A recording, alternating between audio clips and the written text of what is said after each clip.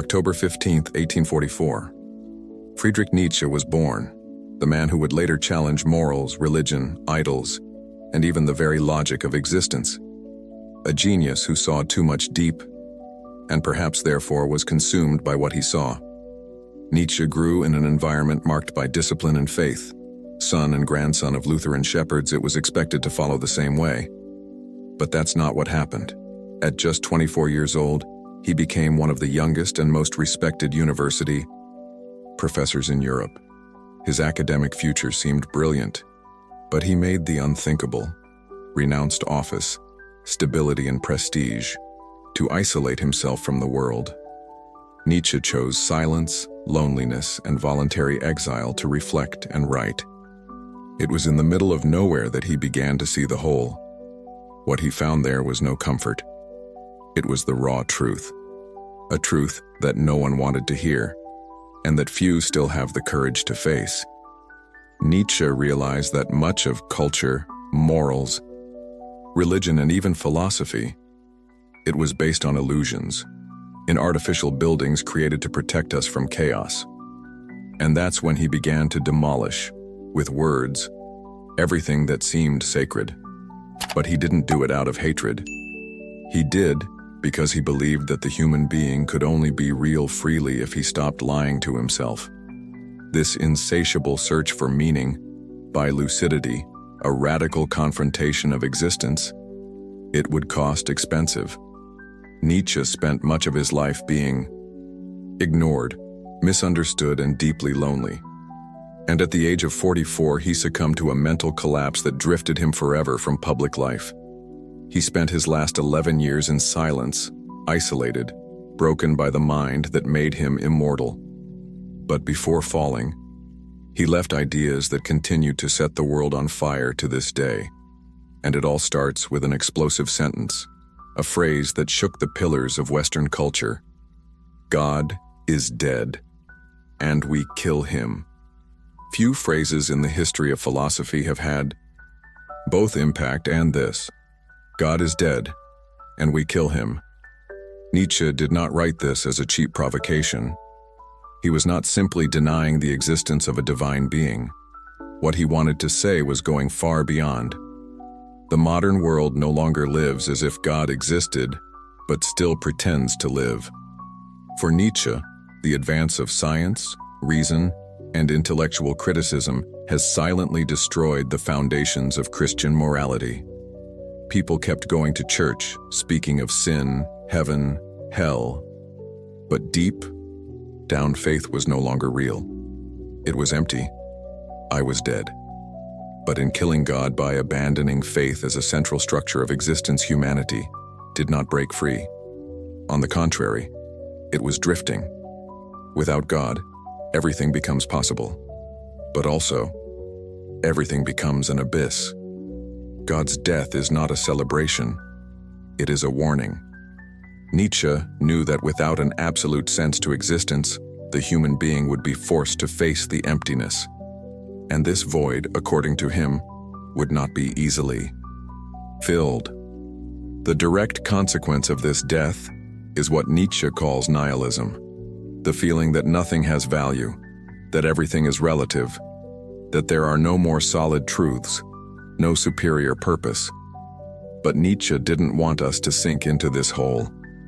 He wanted to push us to something bigger. I wanted, without God, the human being, to become strong enough to create his own values. But this transition, from a humanity protected by beliefs to a humanity responsible for itself, would be brutal. And that's why he writes so hard, with so much uncomfortable, with so much pain.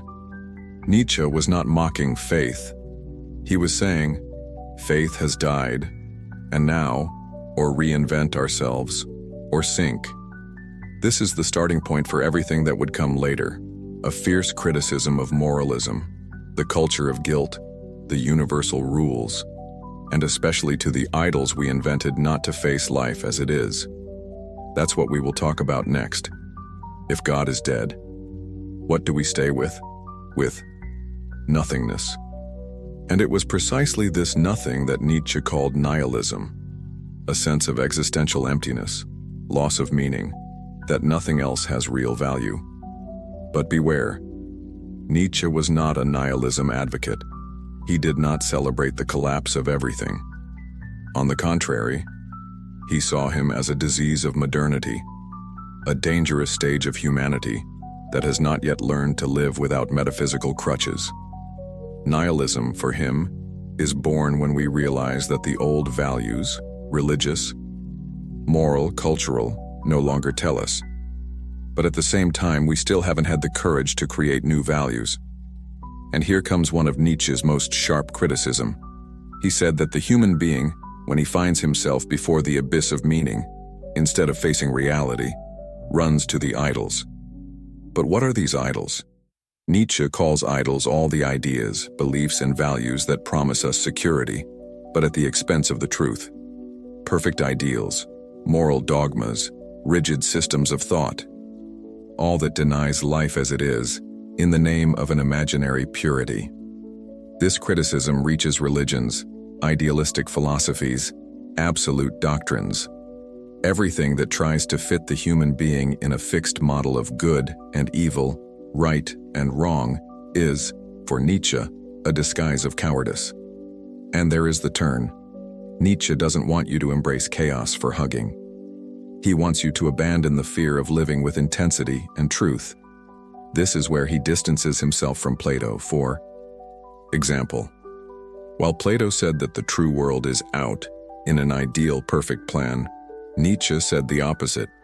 The true world is this here, imperfect, pulsating, contradictory. Plato invites us to get out of the cave. Nietzsche says, stay in the cave, but see the most authentic in it, yourself. Nietzschean philosophy is a brutal call to honesty. She asks you, do you live for what you feel, or what you said you should feel? Do you think with your head or the head of others? To destroy idols. For Nietzsche is not to destroy faith or values. It is to destroy what prevents the birth of the authentic individual. And this destruction is not an end. It is a beginning. The beginning of the reconstruction of meaning. For you, from your own experience, will, and worldview. But for that, it takes a new metric, an unprecedented way to evaluate the value of life. And that's where one of the deepest and most unsettling ideas comes in all his work, the eternal return. Imagine that one day a demon appears before you and say, everything you lived, you will live again.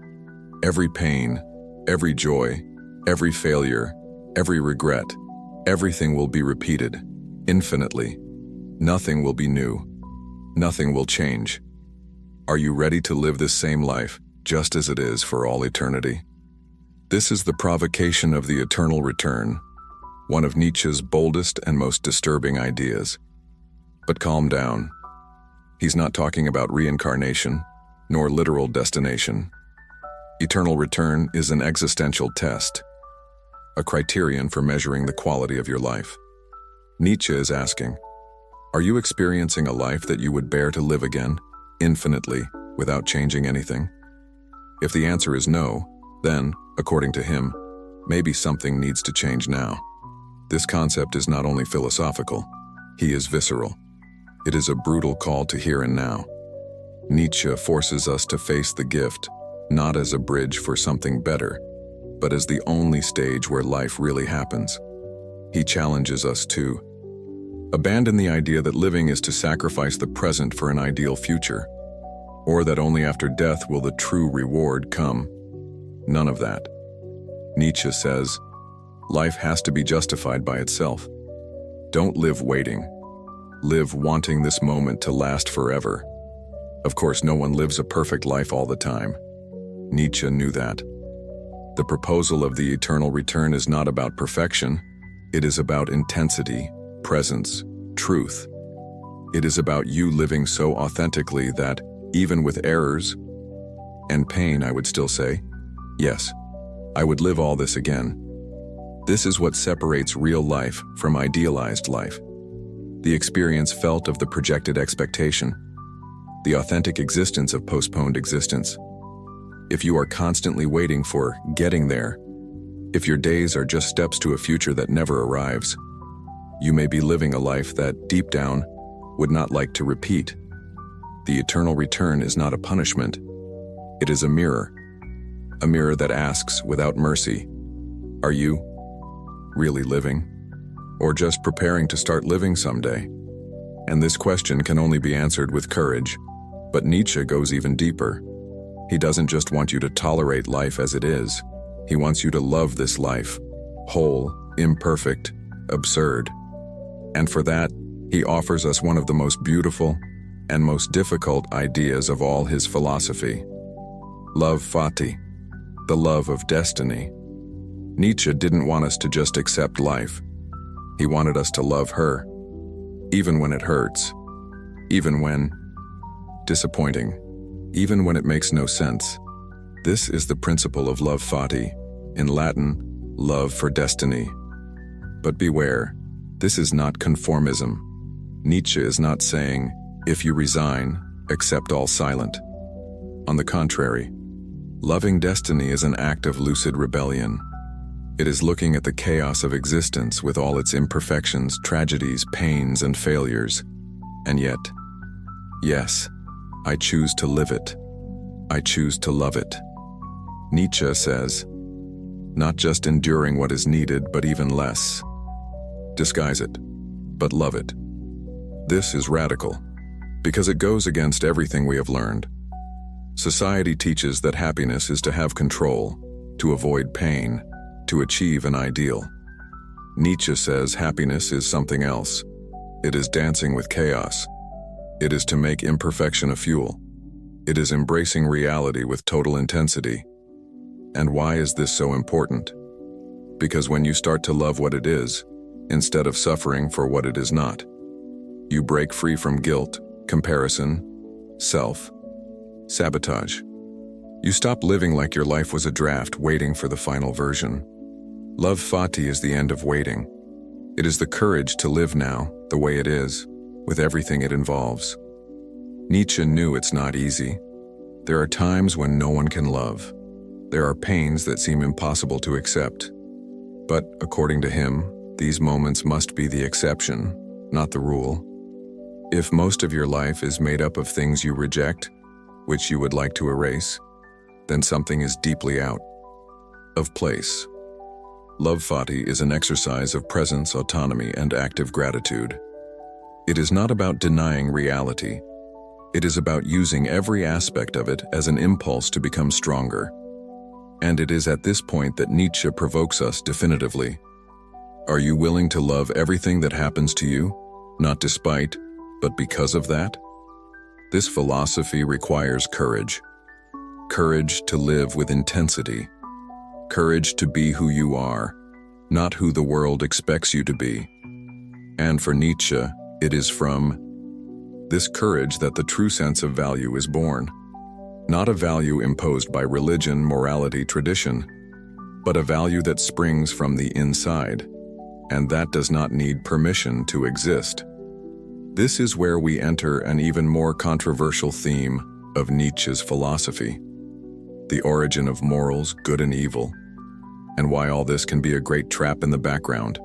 What is right and what is wrong? Who decided that? Why? Nietzsche asks these questions not to create confusion, but to check one of the deepest structures of Western civilization: morality. He said that most people do not live from their own will, but from an inherited, imposed, decorated morals. A moral that teaches what desires is dangerous, that standing out is arrogance, that humility must be submission, and that suffering is noble. But Nietzsche asks, what if this moral was not born of virtue, but of weakness? This is the basis of his critique of what he called the slave's moral. For him, throughout history, the weaker, resentful, frustrated individuals, those who could not impose their will on the world, created new morality as a way to protect themselves, transformed their impotence by virtue. I can't dominate, so I will say that the domain is bad. I can't win, then I will make the defeat a sign of purity. Can't I want with intensity? Then I will condemn the desire. This reversal of values, according to Nietzsche, generated a culture where the fort is seen with suspicion and the weak is sanctified, where self-treatment is celebrated, where the will of power, that is, the force of asserting itself as an individual, is suppressed in the name of obedience. This criticism is not a compliment to brutality. Nietzsche is not saying that we should be tyrants. What he proposes is something more subtle and more difficult. Refuse to live under rules that were created to tame the spirit, and instead, create your own values. This is what he calls the will of power, the creative force that breaks with the moral of the flock and affirms the uniqueness of each one. The true good, for Nietzsche, is not to follow absolute moral code. It is having the courage to live authenticity, even if it removes you from social approval. It is transforming life into work, not submission. This, of course, generates friction, generates rejection, generates loneliness, and Nietzsche paid that price. Because by refusing the dogmas, he also isolated himself from everything. And your mind, as powerful as lonely, eventually gave in. In the last years of his life, Nietzsche could no longer write or think clearly. He was overcome not by the ideas of others, but by the weight of their own ideas. And yet, he left something that few left. A philosophy that does not ask for permission to exist. A philosophy that does not console, but release. Nietzsche did not write to be easily understood. He wrote to disturb, to wake up, to tear the veils of comfort. While many philosophers tried to answer life questions with hope, he preferred to do the opposite. Deliver you the abyss and ask if you can face it without running away. God's death, nihilism, eternal return, love, criticism of morals. All this is not an invitation to despair. It is a call to courage. Nietzsche believed that greater human freedom is to create its own way, its own values, its own meaning, even in the face of chaos. And now I ask you, do you have the courage to live without certainty? To face life as it is, not how they promised it should be? Leave your answer in the comments. What's the idea of Nietzsche caused you the most? Which one set you free or bothered you? If this video has moved you, like, share, and subscribe to the channel. This odyssey is only possible with thinkers like you, who do not accept easy answers and are thirsty to understand the world more deeply. Activate the bell, because in the next few videos, we will continue to plunge into the thought of the most unsettling philosophers in history. We see each other on the next round.